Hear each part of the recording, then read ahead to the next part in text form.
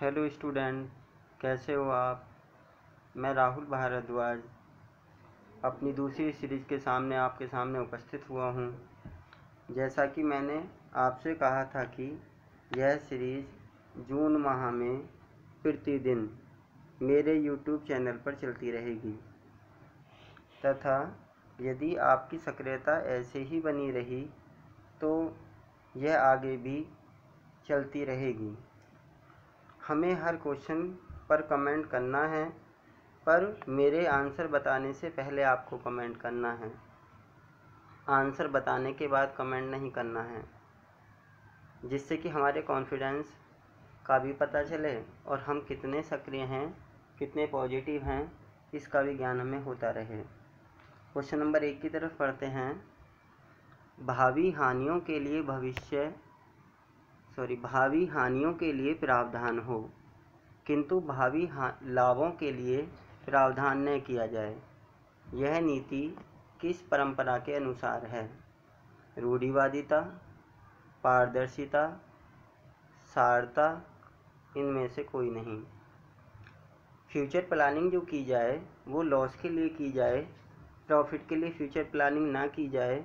यह पॉलिसी किस पर आधारित है? रूढ़िवादिता पर, पारदर्शिता पर, सारता पर, इनमें से कोई नहीं। सभी को सही आंसर चूज़ करना है और मेरे आंसर बताने से पहले आपको कमेंट करना है। इस क्वेश्चन का सही आंसर है ऑप्शन ए, रूढ़िवादिता। रूढ़िवादिता एक प्राचीन परंपरा है, पुरानी विचारधाराएं हैं जिनके अनुसार यह बताया गया कि हम केवल हानियों के लिए प्रावधान करें, लाभ के लिए प्रावधान ना किया जाए। कोई भी प्रोविज़न नहीं बनाना चाहिए लाभ के लिए, हमें हानि के लिए प्रोविज़न बनाना चाहिए। क्वेश्चन नंबर 2, व्यक्तिगत निर्णयों से प्रभावित होता है। अवधारणाएं, प्रथाएं, ए और बी दोनों, इनमें से कोई नहीं।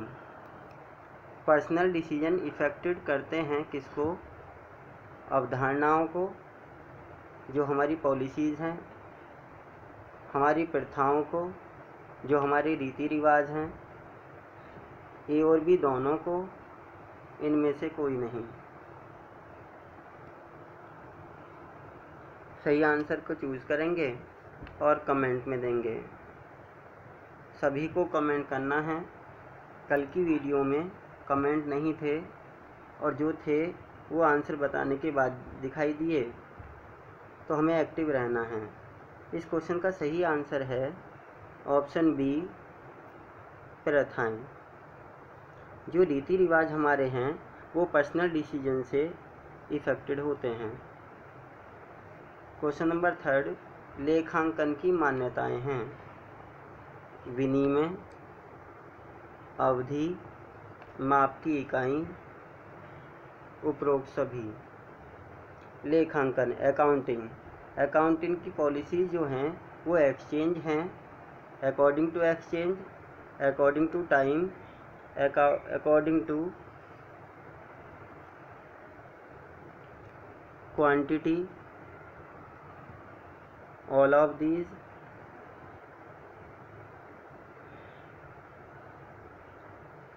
इस क्वेश्चन का सही आंसर है ऑप्शन डी, उपरोक्त सभी। विनिमय की जो एक्सचेंज पॉलिसी है, टाइम पॉलिसी है, क्वांटिटी पॉलिसी है, तीनों से ही हमारी अकाउंटिंग पॉलिसी इफ़ेक्टिव होती है। क्वेश्चन नंबर 4, डेबिट शब्द कौन सी भाषा के शब्द से लिया गया है? जब हम अपनी जनरल एंट्री पोस्ट करते हैं तो डबल एंट्री सिस्टम के अकॉर्डिंग हम एंट्री को डेबिट और क्रेडिट में लिखते हैं। तो डेबिट शब्द कौन सी भाषा से लिया गया है? लैटिन भाषा से, जर्मन भाषा से, फ्रेंच से, या इनमें से कोई नहीं।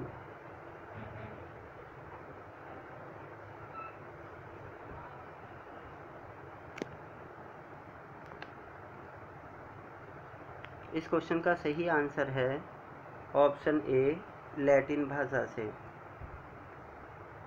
सभी को अपने आंसर को कमेंट में डालना है, सही ऑप्शन चूज़ करना है और आंसर बताने से पहले ही आपको कमेंट करना है। क्वेश्चन नंबर 5, दोहरा लेखा प्रणाली की प्रधान पुस्तक किसे कहते हैं? Which is the main book of double entry system? रोजनामचा, जर्नल, स्मरण बही, रफ रजिस्टर, क्रय बही, purchase book, none of these. इनमें से कोई नहीं।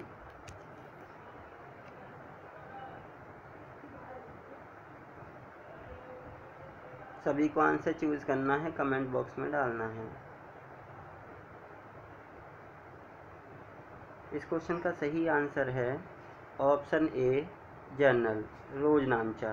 रोजनामचा दोहरा लेखा प्रणाली की डबल एंट्री सिस्टम की मेन बुक कही जाती है, जिसमें हम प्रारंभिक लेन देनों का लेखा करते हैं। क्वेश्चन नंबर 6, व्यापारिक व्यवहारों को लिखने की प्रारंभिक बही है? जर्नल, रोजनामचा, रफ रजिस्टर, स्मरण बही, परचेज बुक, क्रय बही, नन ऑफ दीज। इनमें से कोई नहीं।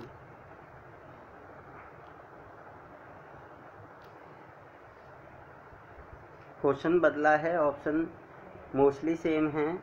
कहीं ना कहीं हमारे बीच में कन्फ्यूजन क्रिएट होना है और हमें उसी कन्फ्यूजन को दूर करना है।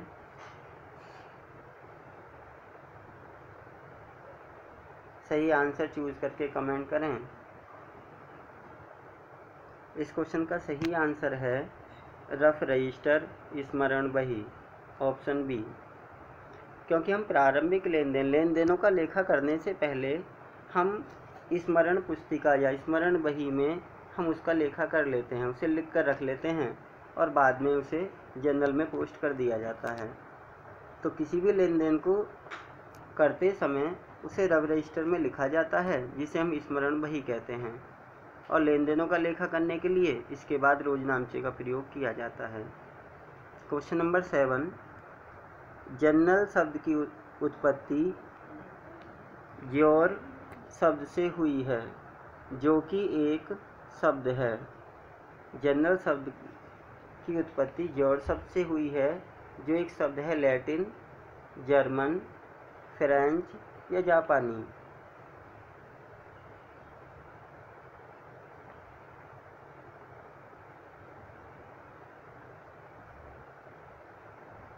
इस क्वेश्चन का सही आंसर है ऑप्शन सी फ्रेंच। फ्रेंच शब्द से इसकी उत्पत्ति हुई है। क्वेश्चन नंबर 8, पूंजी खाते की प्रकृति है। पूंजी खाता किस प्रकृति का खाता है? नॉमिनल अकाउंट है, नाम मात्र का खाता, पर्सनल अकाउंट है, व्यक्तिगत खाता, रियल अकाउंट है, वास्तविक खाता, नन ऑफ दीज। सही आंसर को चूज करना है और कमेंट करना है, और कमेंट आंसर आने से पहले ही करना है।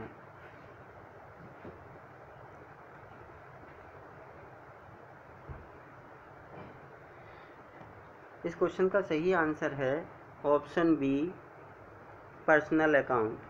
क्योंकि हम जानते हैं कि पूंजी किसी व्यापारिक संस्था द्वारा लगाई गई पूंजी या फिर किसी व्यक्ति द्वारा व्यापार में लगाई गई पूंजी होती है, जिसका संबंध किसी व्यक्ति विशेष से होता है, किसी संस्था विशेष से होता है, इसलिए उसे व्यक्तिगत खाते की श्रेणी में रखा जाता है। पर्सनल अकाउंट उसे माना जाता है। क्वेश्चन नंबर 9, बैंक खाते की प्रकृति है। What is the nature of bank account? Nominal, personal, real, none of these. अवास्तविक, व्यक्तिगत, वास्तविक, इनमें से कोई नहीं।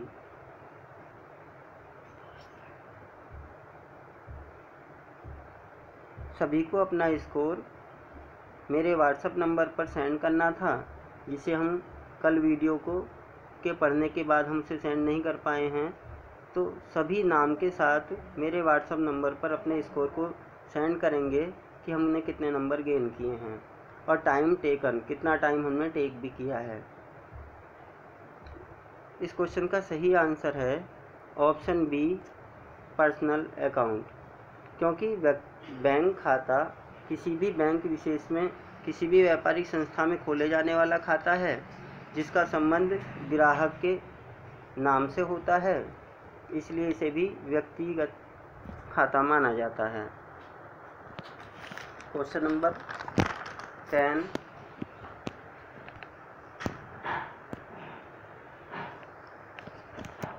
रोकड़ खाता किस प्रकृति का खाता है? वास्तविक, रियल, व्यक्तिगत, पर्सनल, अवास्तविक, नॉमिनल, नन ऑफ दीज, इनमें से कोई नहीं। क्वेश्चन के ऑप्शन को चूज करके कमेंट करना है आंसर बताने से पहले।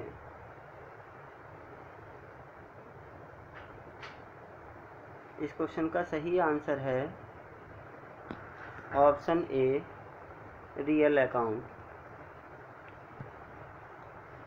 कैश अकाउंट रियल अकाउंट है इन नेचर में, क्योंकि इसका संबंध संपत्ति से होता है। इसका लेखा आर्थिक चिट्ठे के संपत्ति पक्ष में किया जाता है और यह हमारी संपत्ति है, इसलिए इसे रियल अकाउंट की श्रेणी में रखा जाता है। Question number 11, purchase account. What is the nature of purchase account? क्रय खाता किस प्रकृति का खाता है? Real account, personal account, nominal account, none of these. वास्तविक खाता, व्यक्तिगत खाता, अवास्तविक खाता, इनमें से कोई नहीं।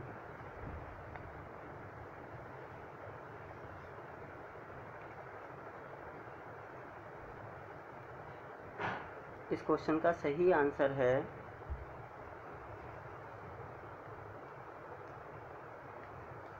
ऑप्शन सी, नॉमिनल अकाउंट, क्योंकि यह एक व्यापारिक लेन देन है जो पूरे वर्ष में चलता रहता है और इसका संबंध आय तथा व्यय से होता है, इसलिए इसे नाम मात्र खाते की श्रेणी में रखा जाता है। क्वेश्चन नंबर 12, निम्न में से कौन सा खाता नाम मात्र प्रकृति का है? कौन सा नॉमिनल अकाउंट है वो हमें फाइंड आउट करना है। डेटर्स अकाउंट, देनदार, रोकड़, कैश, लोन, ऋण, वेतन,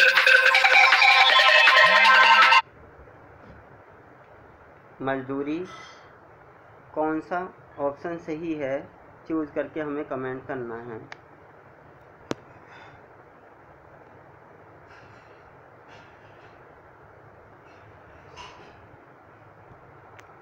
कौन सा नॉमिनल अकाउंट है वो हमें फाइंड आउट करना है और कमेंट करना है। इस क्वेश्चन का सही आंसर है ऑप्शन डी, वेजेज अकाउंट, क्योंकि हम जानते हैं कि डेटर्स अकाउंट किसी व्यक्ति विशेष से संबंधित है जिसको हमने उधार माल बेचा है। कैश अकाउंट हमारी संपत्ति है जो रियल अकाउंट है। लोन किसी व्यक्ति विशेष से संबंधित है, पर्सनल अकाउंट है, इसलिए मजदूरी जो हमारे व्यय से संबंधित है नॉमिनल अकाउंट होगा। क्वेश्चन नंबर 13, राकेश से 2000 रुपये प्राप्त हुए। लेन देन में ऋणी किया जाएगा किसे? Amount receive from Rakesh in this transaction which account is debit? Cash account, रोकड़ खाता, राम अकाउंट, राम का खाता, पेमेंट अकाउंट, भुगतान प्राप्त खाता, नन ऑफ दीज, इनमें से कोई नहीं।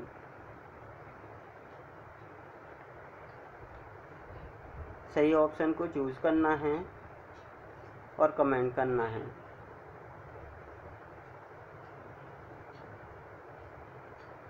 अमाउंट रिसीव होने पर हम कौन से अकाउंट को डेबिट करेंगे? क्या पर्सनल अकाउंट डेबिट करेंगे, कैश अकाउंट डेबिट करेंगे, पेमेंट रिसीव डेबिट करेंगे। इस क्वेश्चन का सही आंसर है ऑप्शन ए, कैश अकाउंट, क्योंकि अमाउंट रिसीव होने पर हमारे यहाँ एक एंट्री बनती है cash account debit to Rakesh. तो कौन सा अकाउंट डेबिट होता है? Cash account. तो रोकड़ खाते को हम डेबिट करेंगे। क्वेश्चन नंबर 14, माल का ऑर्डर प्राप्त होने पर धनी किया जाएगा। जब हमें किसी माल का ऑर्डर प्राप्त होता है तो हम कौन से अकाउंट को क्रेडिट करते हैं? माल खाता गुड्स अकाउंट, विक्रय खाता सेल्स अकाउंट, माल का ऑर्डर खाता नन ऑफ दीज, इनमें से कोई नहीं।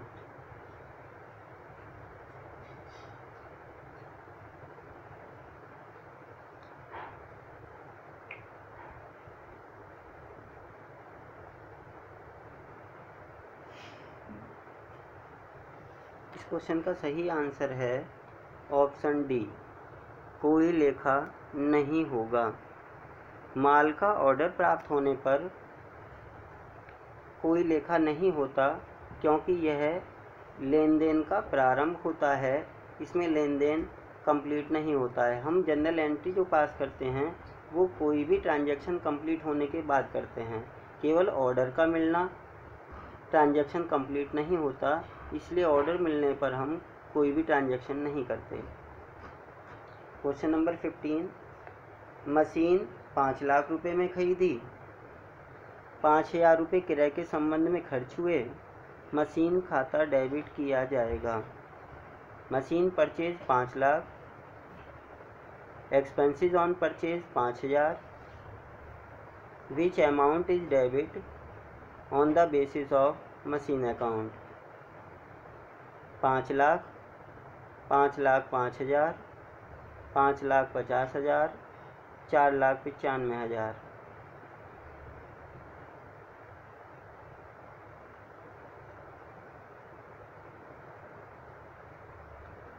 इस क्वेश्चन का सही आंसर है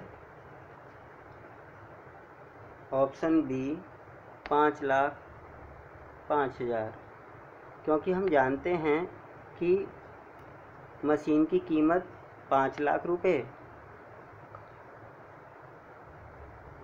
मशीन की कीमत 5 लाख रुपए तथा उसके संबंध में होने वाला खर्च 5,000 रुपये। जब हमें मशीन खाते को डेबिट करना है तब हम ऐसी कंडीशन में दोनों अमाउंटों को प्लस करते हैं। 5 लाख प्लस 5,000, 5,50,000, 5,05,000 रुपये हमारा ऑप्शन होता है। ऑप्शन बी सही है, क्योंकि टोटल कॉस्ट जो हमारी होती है उसमें हम दोनों वैल्यूओं को जोड़ते हैं। जो एक्सपेंसेस किया जाता है वो वैल्यू भी जुड़ जाती है। क्वेश्चन नंबर 16, एक व्यापारी का जीवन बीमा कराने पर व्यापार द्वारा ऋणी किया जाएगा। यदि कोई बिजनेसमैन अपनी लाइफ इंश्योरेंस पॉलिसी लेता है तब हम अपने उसका लेखा करते हैं किस नाम से? ऋण खाता लोन अकाउंट के नाम से, बीमा खाता इंश्योरेंस अकाउंट के नाम से, आहरण ड्राइंग्स के नाम से, रोकड़ खाता कैश अकाउंट के नाम से। किस अकाउंट को हम डेबिट करते हैं जब बिजनेसमैन अपनी लाइफ इंश्योरेंस पॉलिसी लेता है?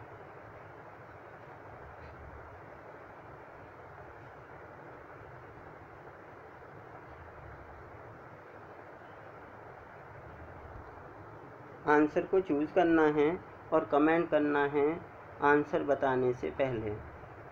इस क्वेश्चन का सही आंसर है ऑप्शन सी, ड्राइंग्स अकाउंट, क्योंकि हम जानते हैं कि लाइफ इंश्योरेंस पॉलिसी बिजनेसमैन से रिलेटेड है, बिजनेस से नहीं है।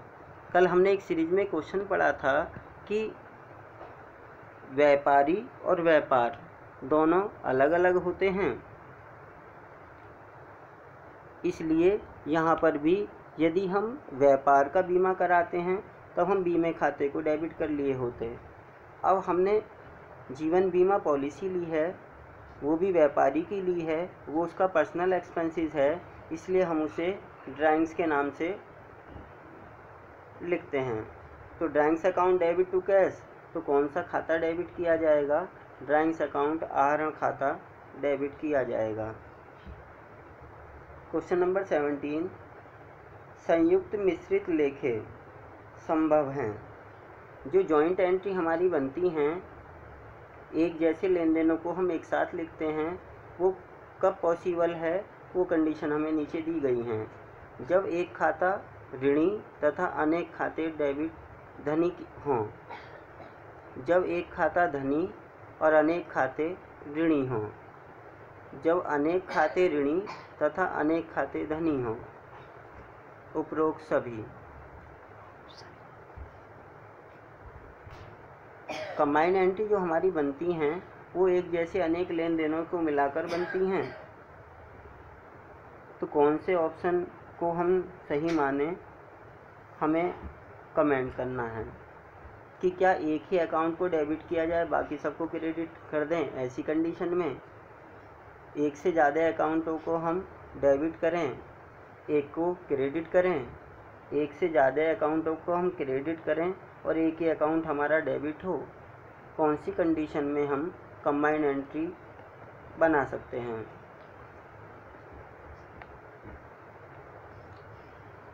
इस क्वेश्चन का सही आंसर है ऑप्शन डी, सभी कंडीशनों में हम जॉइंट एंट्री बना सकते हैं। क्योंकि हम जानते हैं कि कंबाइंड एंट्री एक से ज़्यादा लेन देन एक ही तिथि पर एक जैसे, यदि एक ही नेचर के हैं, एक ही तिथि पर हैं, तो उन्हें अलग अलग ना लिखकर हम उन्हें एक ही जगह पोस्ट करते हैं, जो हमारी कंबाइंड एंट्री होती है।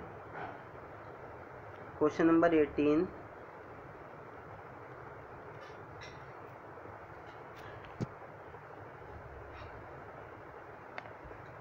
पूंजी की राशि है। यदि हमें कैपिटल की अमाउंट फाइंड आउट करनी हो तो हम कौन से फॉर्मूले का यूज़ करेंगे? 4 फॉर्मूले हमारे ऑप्शन में दिए गए हैं। इनकम माइनस एक्सपेंसेस, आय माइनस व्यय, एसेट्स माइनस लायबिलिटीज़, संपत्ति माइनस दायित्व, लायबिलिटीज़ माइनस एसेट्स, दायित्व माइनस संपत्ति, नेट प्रॉफिट माइनस एक्सपेंसेस, शुद्ध लाभ माइनस व्यय। कैपिटल फाइंड आउट करने के लिए हम कौन से फॉर्मूले का यूज़ करें? यदि कल की सीरीज़ हमने ध्यान से पढ़ी है तो शायद हम इसका आंसर जानते हैं और उनके कमेंट भी आ गए होंगे जिन्होंने इसको सही चूज़ कर लिया है। इस क्वेश्चन का सही आंसर है option B, assets minus liabilities. क्योंकि हमने कल पढ़ा था assets equal to capital plus liabilities, संपत्ति बराबर पूंजी प्लस दायित्व। उसी फॉर्मूले के थ्रू हमें निकालना है कैपिटल, तो एसेट्स माइनस लायबिलिटीज़, संपत्ति माइनस दायित्व घटाने के बाद शेष राशि हमारी पूंजी कहलाती है। क्वेश्चन नंबर 19, उपार्जित आय का लेखा किया जाता है। Accrued income. एक्रूड इनकम का हम ट्रांजैक्शन क्या करते हैं? लाभ हानि खाते में, आर्थिक चिट्ठे के संपत्ति पक्ष में,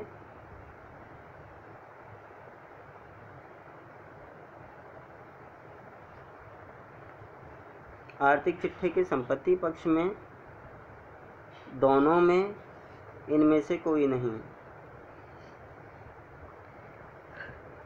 एक्रूड इनकम का लेखा होता है P&L अकाउंट में, बैलेंस शीट में, both of them, none of these.